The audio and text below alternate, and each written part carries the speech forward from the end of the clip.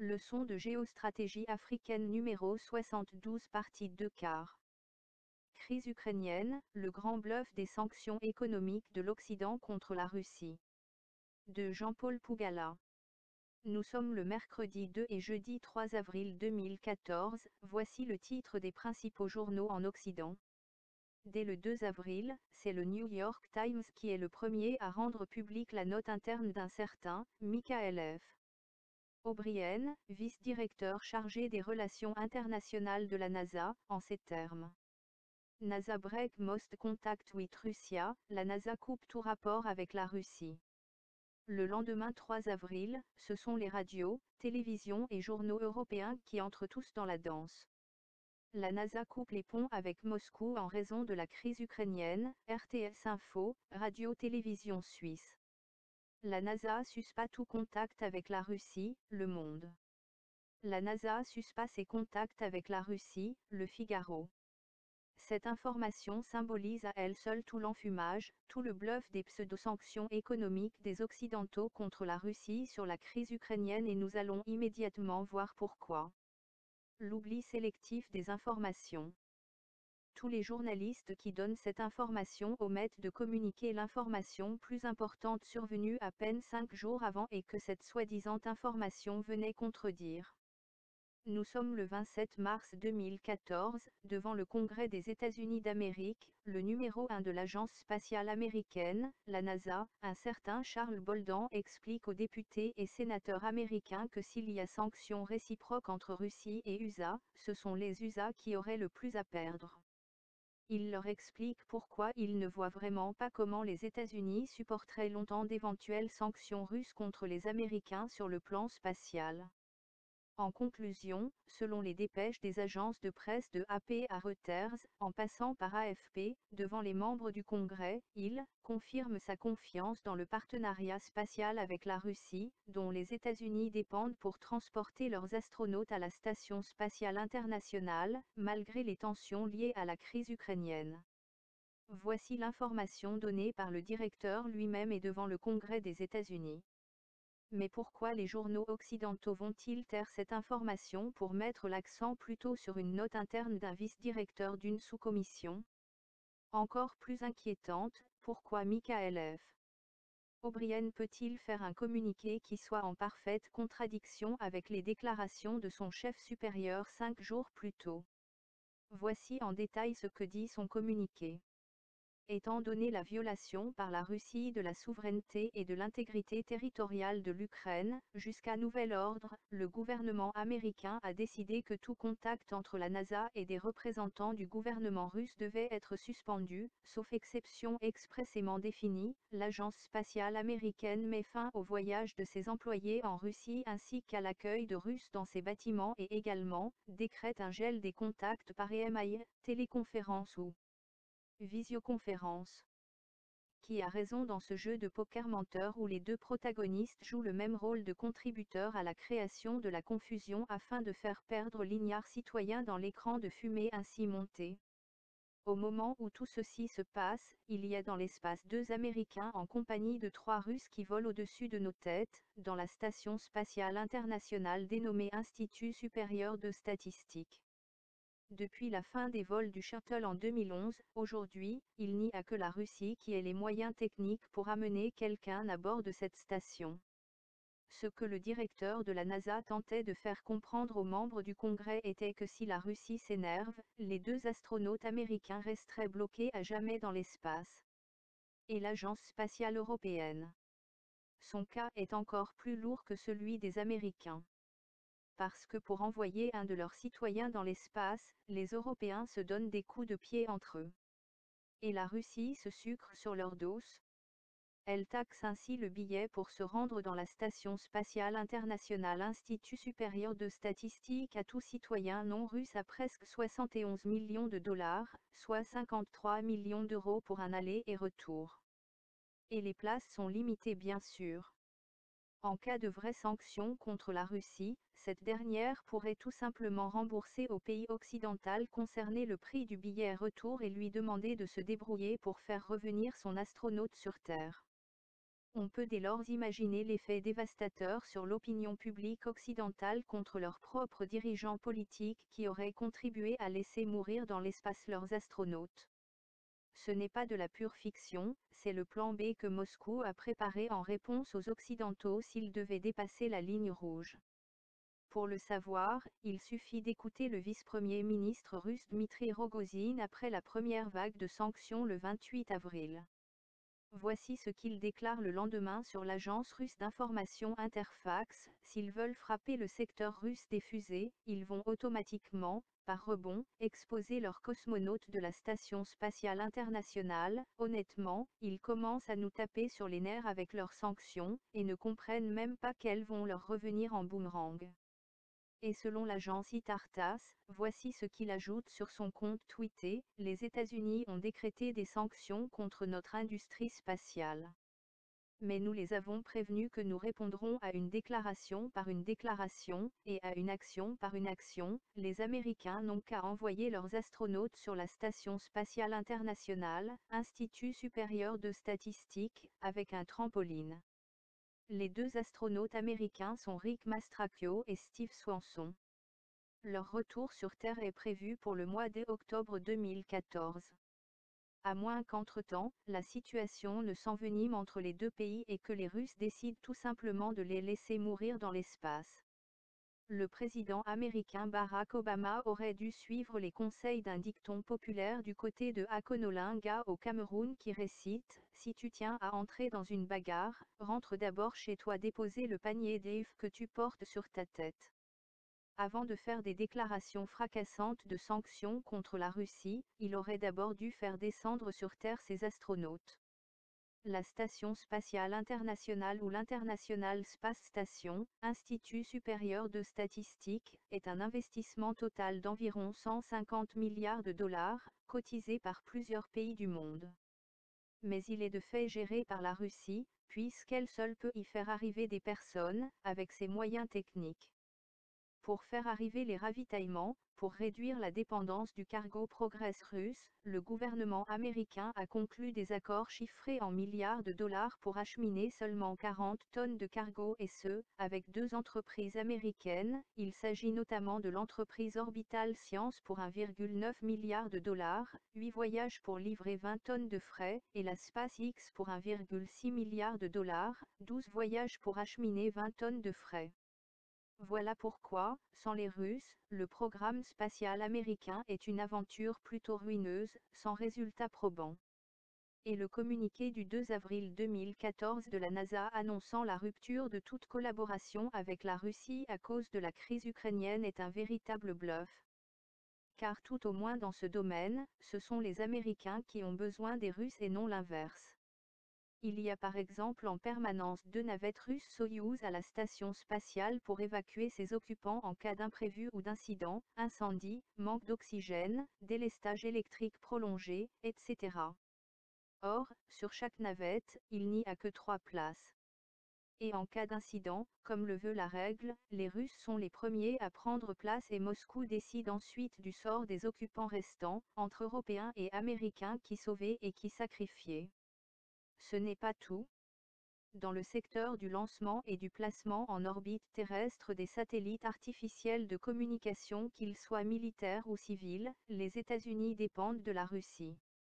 Selon le New York Times du même 2 avril 2014, c'est le secrétaire à la Défense des États-Unis d'Amérique, Chuck Hagel, qui est monté au créneau pour exiger que la Air Force, les forces aériennes américaines, ne se fournissent plus en Russie. Ce qu'il fait semblant d'oublier est que les projets de satellites militaires américains sont confiés au lanceur Atlas V, une joint venture entre Boeing et Lockheed Martin.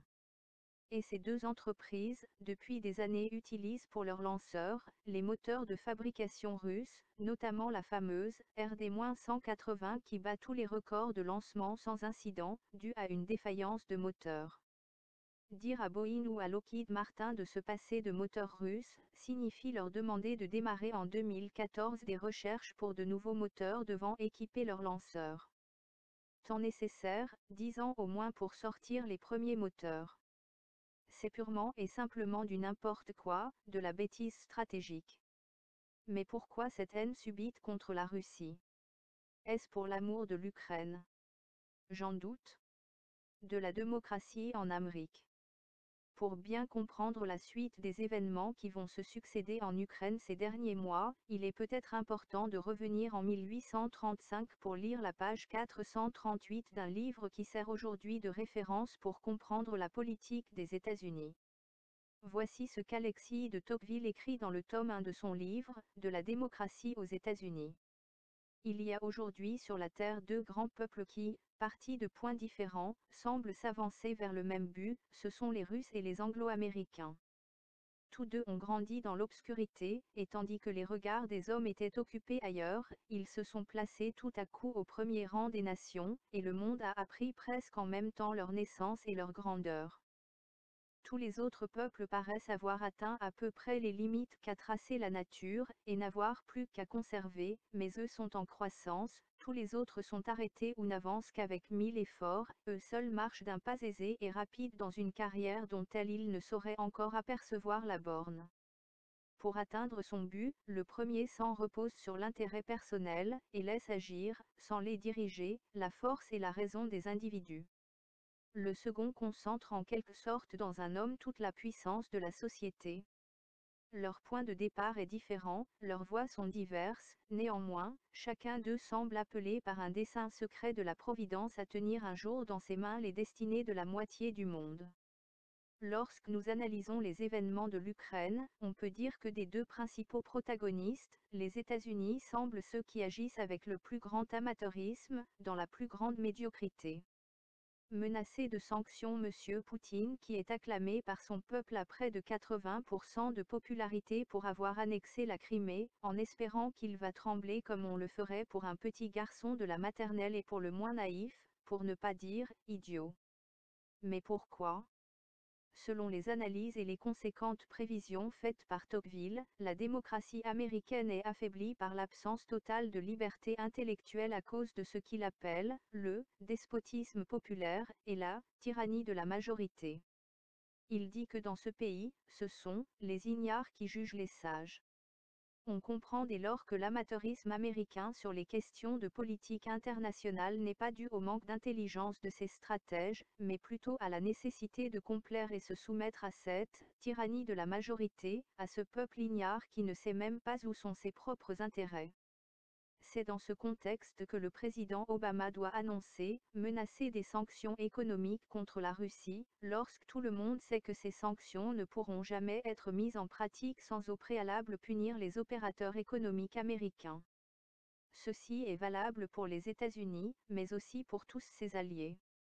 Sur le plan purement économique, voyons ci-dessous l'exemple d'un seul des autres pays occidentaux qui brandissent les sanctions contre la Russie, l'Allemagne.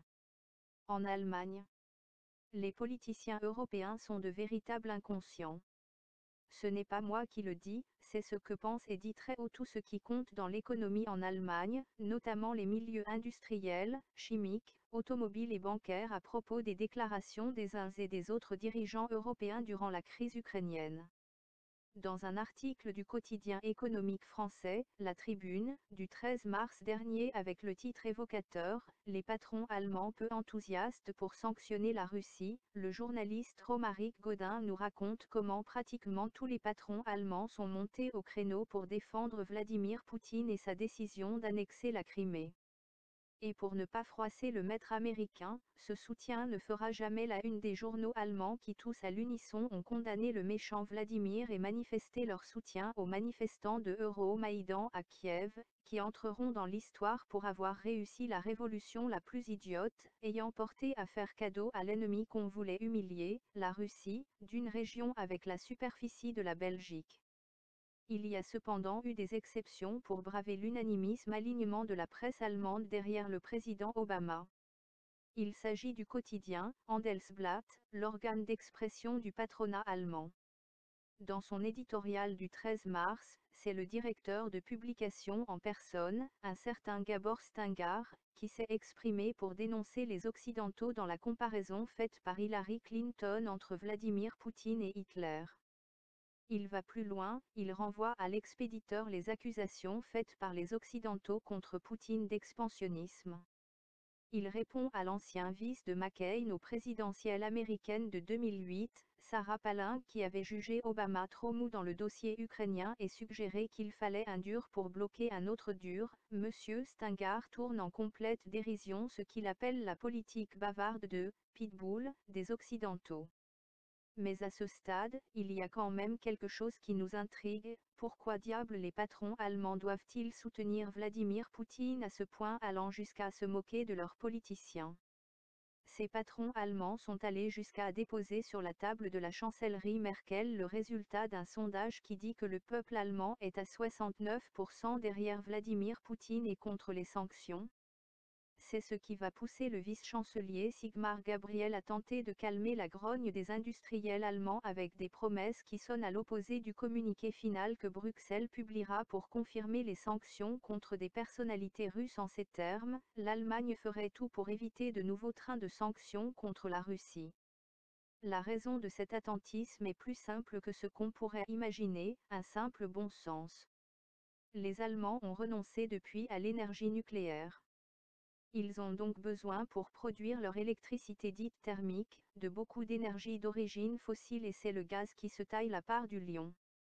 Aujourd'hui, le prix du gaz que la Russie applique à l'Allemagne ne résulte d'aucune négociation, le rapport de force est complètement à l'avantage de la Russie, parce qu'il n'y a pas match. L'Allemagne n'a en effet aucune alternative crédible au gaz russe.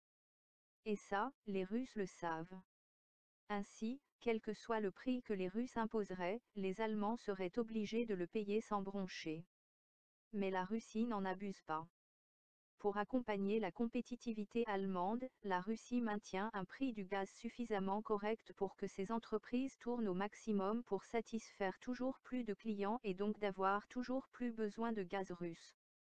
Voilà pourquoi presque à l'unanimité, les patrons allemands se sont indignés que la chancelière Merkel ait pris fait et cause pour l'opposition ukrainienne en soutenant ouvertement les manifestants anti-Russie. C'est aussi pourquoi de grands patrons allemands réputés pour leur discrétion sont sortis de leurs réserves. Par exemple, le 12 mars 2014, Jürgen Fischen, président de la Fédération des banques privées BDB, co-directeur de la Deutsche Bank, a officiellement fait des déclarations pour supplier la chancelière Angela Merkel d'arrêter d'énerver la Russie, parce que, dit-il, on ne sait jamais ce qui peut passer dans la tête d'un Poutine énervé. Et ça, l'Allemagne ne peut pas se permettre le luxe de le titiller pour le découvrir. En d'autres termes, il a prié les politiciens allemands de ne pas se joindre à l'unanimité européenne contre le président Poutine, et de tout faire pour, dit-il, éviter absolument de relancer la guerre froide. Lorsque j'ai tenté d'interroger quelques-uns de ces industriels allemands pour en savoir plus de leur soutien à la Russie, voici plus ou moins l'essentiel de leur raisonnement très pragmatique. L'Allemagne verse chaque année à la Russie la somme de 40 milliards d'euros pour acheter en majorité du gaz. Et l'Allemagne n'arrive pas à résoudre le problème du déficit commercial pour équilibrer les comptes entre les deux pays. Ce qu'ils disent est facile à comprendre même pour les enfants de maternelle, l'Allemagne paie 40 milliards d'euros à la Russie. Il est du ressort des industriels allemands de récupérer cet argent par tous les moyens, car un déficit commercial avec un pays signifie être en train de s'appauvrir par rapport à ce pays-là. Et chaque année, les résultats sont encourageants, l'Allemagne récupère de la Russie environ 8% par an de sa mise. Et une crise avec la Russie viendrait gâcher tout ce travail des industriels allemands pour réduire l'appauvrissement allemand vis-à-vis de la Russie où sont installées 6000 entreprises allemandes. On comprend mieux dès lors pourquoi le 12 mars de cette année, c'est le président de la Fédération allemande des exportateurs, la BDA, qui convoque une rencontre d'urgence à Berlin suivie d'une conférence de presse pour dire haut et fort que les patrons allemands sont derrière la Russie. Il est allé jusqu'à suggérer à son gouvernement de prendre du temps. Voici ce qu'il dit en conférence de presse: l'essentiel et la principale cible à atteindre dans la crise avec la Russie, c'est de gagner du temps et ne pas lancer d'emblée les missiles des sanctions. Pour ceux qui ne l'ont pas compris, il est en train de dire qu'il faut faire semblant de condamner officiellement la Russie, mais en sourdine, continuer les affaires comme avant. Ce sont après tout 20 milliards d'euros que ces entreprises ont investis en Russie. Les milliards de la Crimée. Observez bien les visages des dirigeants par intérim de l'Ukraine à chacune des rencontres avec les dirigeants occidentaux. Vous ne remarquez rien de bizarre. Observez encore très bien. Vous ne voyez toujours rien d'étrange. Eh bien, voilà des gens qui ont à peine pris le pouvoir sur la base d'un coup de force d'une révolution populaire, ils devraient être très contents. Eh bien non, ils font une tête d'enterrement. Ils sont en deuil. Regardez Obama, lorsqu'il reçoit à la Maison-Blanche le nouveau Premier ministre ukrainien par intérim. Comparez sa conférence de presse à celle avec Hollande il y a juste un mois. Tous les deux sont en deuil. Oui, même Obama est en deuil. Vous pensez que c'est le deuil pour avoir perdu la Crimée. Bingo, vous avez trouvé. Mais ce que vous ne savez pas, c'est qu'il ne s'agit pas juste de la Crimée. Et pourquoi donc sont-ils en deuil? Pour le comprendre, creusons un peu nos méninges et croisons les informations en notre possession sur quelques situations réelles. Dès l'instant où il y avait à Kiev une sorte de passation de pouvoir entre le gouvernement légitimement élu par le peuple ukrainien et les membres de l'extrême droite soutenus par les États-Unis et l'Union européenne, c'est ce moment précis que le géant gazier russe Gazprom accélère le projet de construction du gazoduc South Stream qui doit contourner l'Ukraine par le sud pour alimenter des pays comme l'Italie ou l'Autriche en gaz russe et attribue le marché pour la construction du premier des 4 tronçons du pipeline à une entreprise italienne, la CPEM, pour un montant de 2 milliards d'euros. Il fait la même chose avec deux entreprises, une allemande, la Wintershall qui est déjà partenaire du projet à hauteur de 15%, et l'autre française, EDF qui elle aussi détient 15% du projet. Nous sommes à 6 jours avant l'occupation de la Crimée par les forces dites d'autodéfense russes. Mais cette information ne nous indique rien du tout. Pour en comprendre la portée, nous allons le découvrir à travers une information qui est publiée le jour même de l'occupation de la Crimée par les troupes russes dans un journal russe spécialisé dans les questions énergétiques. C'est le numéro de mars 2014 du mensuel Expert, qui annonce dans son titre « Avec la Crimée, la Russie économise 20 milliards de dollars sur le gazoduc South Stream ». Pour comprendre la portée de cette information, il faut bien rappeler que la Russie a décidé de construire deux gazoducs Nord Stream déjà inaugurés qui par la mer Baltique apportent le gaz à l'Allemagne, aux Pays-Bas, à la Belgique et à la France, sans passer par l'Ukraine, afin d'éviter les crises de 2007 et les chantages que Kiev pourrait exercer sur les fournitures de gaz russe à l'Union européenne. Il y a donc un deuxième gazoduc dénommé South Stream qui lui passe par la mer Noire, la Turquie et la Grèce, pour alimenter l'Italie, la Grèce, etc. en contournant le territoire ukrainien. Sauf que lorsque le projet était tracé, c'était sur la base d'une Crimée ukrainienne, et donc, il fallait contourner la Crimée. En occupant la Crimée, cela a réduit la longueur du gazoduc et donc des travaux pour le réaliser. Total des économies, 20 milliards de dollars. Jusque-là, je n'ai pas toujours dit pourquoi Obama et les nouveaux dirigeants à Kiev sont en deuil pour la perte de la Crimée. C'est tout simplement parce que la Crimée était la seule grande chance pour l'Ukraine d'avoir son indépendance énergétique de la Russie, puisqu'il a été découvert sur environ 1400 mètres carrés d'espace au large de la Crimée orientale, les gisements de gaz et de pétrole les plus importants de la région. Selon le quotidien financier italien, Il Sole 24 Office régional pour l'Europe, du 15 mars 2014, les découvertes faites par les Occidentaux, dont École nationale d'ingénieurs, Shell et Exxon sont phénoménales. Le quotidien italien nous explique qu'École nationale d'ingénieurs devait contrôler les 50% de l'exploitation et la société publique ukrainienne, Chornomornaftogaz, comme c'est souvent le cas en Afrique, seulement 10%. Le projet du gazoduc South Stream devait coûter aux Russes la somme de 46 milliards de dollars. En récupérant la Crimée, ce projet passe désormais à 25 milliards de dollars. Et en plus, la Russie engloutit la seule chance de l'Ukraine d'être producteur de pétrole et de gaz. La question est maintenant de savoir comment l'Ukraine sans la Crimée fera pour payer ses dettes à l'Occident. La Russie peut même lui faire cadeau de ce qu'elle lui devait. De toutes les façons, les gisements de gaz et de pétrole de la Crimée sont là pour consoler les Russes. Voilà pourquoi des pseudo-sanctions économiques contre la Russie ne font ni froid ni chaud au président Poutine ou à son Premier ministre Medvedev, c'est d'ailleurs ce que ce dernier va déclarer dans un communiqué le 22 avril. Revenons à la Crimée et au gazoduc South Stream. La Russie a déjà tendu une main aux Européens en offrant aux sociétés CPEM, Wintershall et EDF une bonne enveloppe. La rapidité de cette enveloppe prouve qu'il s'agit d'une manœuvre pour diviser les Européens. Et ça marche, depuis lors, lorsqu'on parle à l'Union européenne des sanctions économiques contre la Russie, il n'y a jamais d'unanimité pour les positions dures contre la Russie. Et l'américaine Exxon et la hollandaise Shell. Même pour elles, tous se sont retournés contre leurs propres gouvernements respectifs pour éviter la confrontation avec les Russes sur le thème des sanctions. Seront-elles exclues de l'exploitation du pétrole et du gaz criméen? L'avantage financier de la Crimée est trop grand pour la Russie pour qu'elle se laisse émouvoir par des sanctions venues d'Occident et qui en plus vont pénaliser ses propres particuliers devenus des investisseurs en terre russe. La Russie à travers Gazprom a partagé de petites mangeoires du projet South Stream à différents pays. Il s'agit notamment de l'Autriche, la Bulgarie, la Croatie, la Grèce.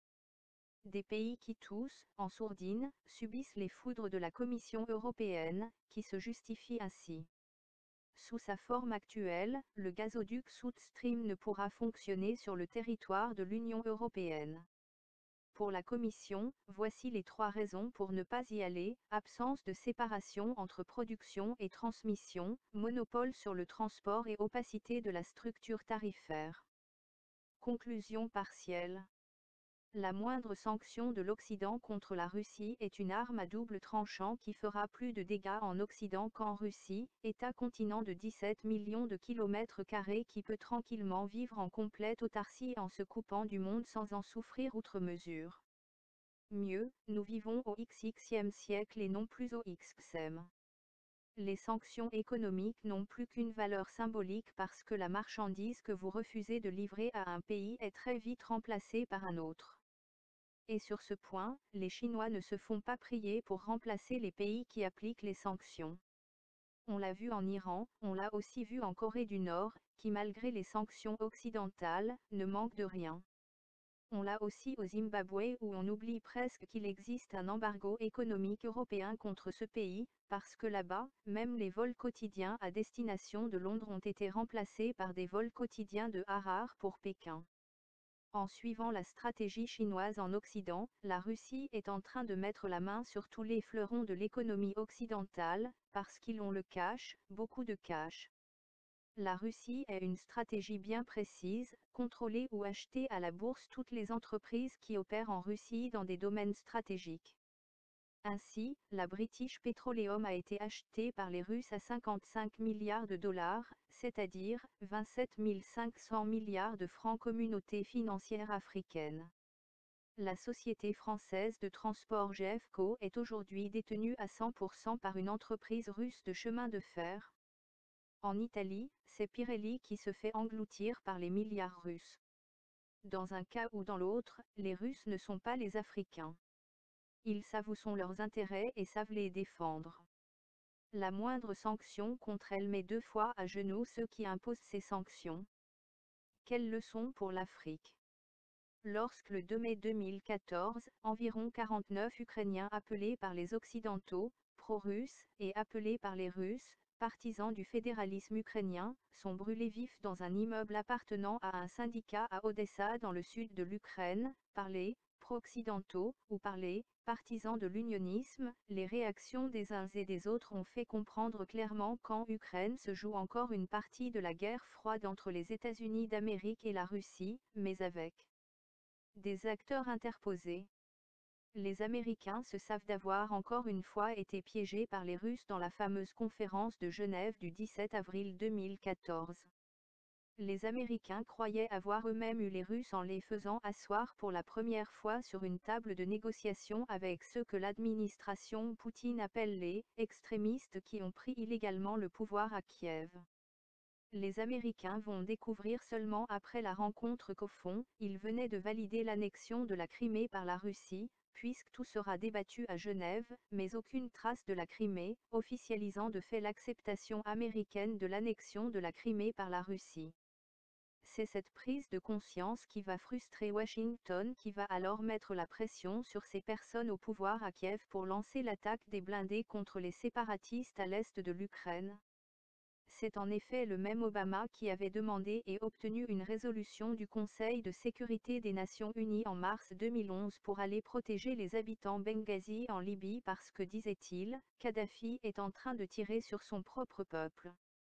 Peut-être n'y a-t-il que le président américain Obama pour nous expliquer la différence entre les populations de Benghazi en Libye qui ont valu son soutien militaire et les populations de Sloviansk, Odessa, Kostiantynivka, Mariupol, Kramatorsk, etc., tués, brûlés par les militaires de leur propre pays et envoyés par des putschistes de Kiev aux ordres de Washington. Peut-être qu'Obama est le seul à pouvoir nous expliquer la différence entre ces propos tenus par le chef des services antiterroristes ukrainiens, Vassy Kroutov, durant une conférence de presse à Kiev le samedi 3 mai 2014. L'Ukraine est désormais en situation de guerre, car ce qui se passe dans la région de Donetsk et dans les régions de l'Est n'est pas un soulèvement passager, c'est une guerre.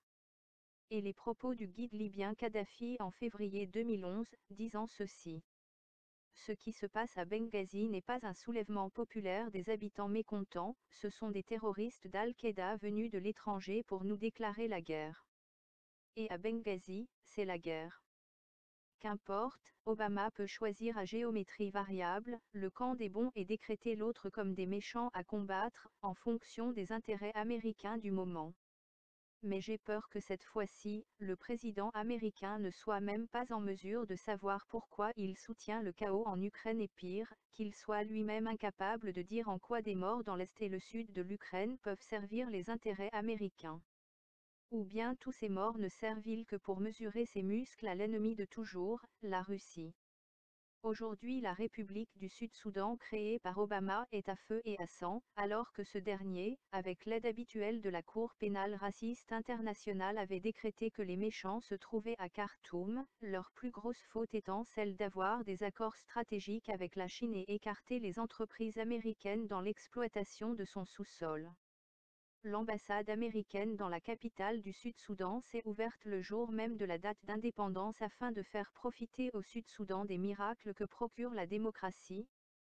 Obama n'a même pas laissé une journée de répit à ses nouveaux dirigeants pour souffler et décider avec quel pays avoir des relations diplomatiques, comme pour leur dire qu'ils n'ont eu leur indépendance que grâce au chaos que les Américains avaient réussi à instaurer dans tout le Soudan avec l'aide de ces illustres acteurs de Hollywood qui tous depuis leur somptueuse villa de la Californie, apercevaient un génocide au Darfour. Et depuis qu'ils ont morcelé le Soudan en deux parties, le miracle s'est établi, le génocide a subitement disparu au Darfour. Le flambeau est passé au Sud-Soudan sous le contrôle de Washington. Et si la Russie menaçait les États-Unis de sanctions économiques et militaires si la paix ne revenait pas vite au Sud-Soudan? Jean-Paul Pougala, ex-domestique de maison. Bamna, Cameroun, le 5 mai 2014. Jean-Paul Pougala enseigne « Géostratégie africaine » en Master 2, à l'Institut supérieur de management ISMA à Douala, au Cameroun, www.ismacameroun.com. Cette information pourrait vous intéresser. Rinvindaf Genève du 10 au 14 juin 2014 JPP 4 mai 2014. Après Douala en janvier, Paris et Bruxelles en février, Montréal en mars et Nuremberg en avril, je serai à Genève du 10 au 14 juin 2014 pour la formation Rinvindaf, réinventer les industriels africains de demain.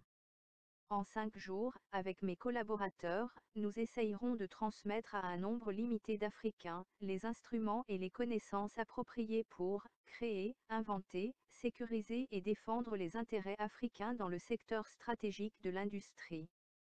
Le système dominant, pour marginaliser l'Afrique dans l'économie mondiale, a mystifié le secteur industriel, faisant croire qu'il faut obligatoirement des milliards pour devenir industriel. Ce qui est faux, bien évidemment. Nous verrons comment avec moins de 1000 € on peut démarrer une usine en Afrique. Mais aussi, nous verrons les pièges qui empêchent ceux qui pratiquent l'élevage en Afrique de devenir riches. C'est comme cela que nous ferons écrire l'histoire du continent africain comme c'est le cas partout ailleurs par les industriels africains et non plus par les littéraires, même si d'illustres, agrégés en grammaire française. Pour vous préinscrire en vue de la sélection, merci de contacter nicole.gimbe@yahoo.fr tel, +41 79 683 94.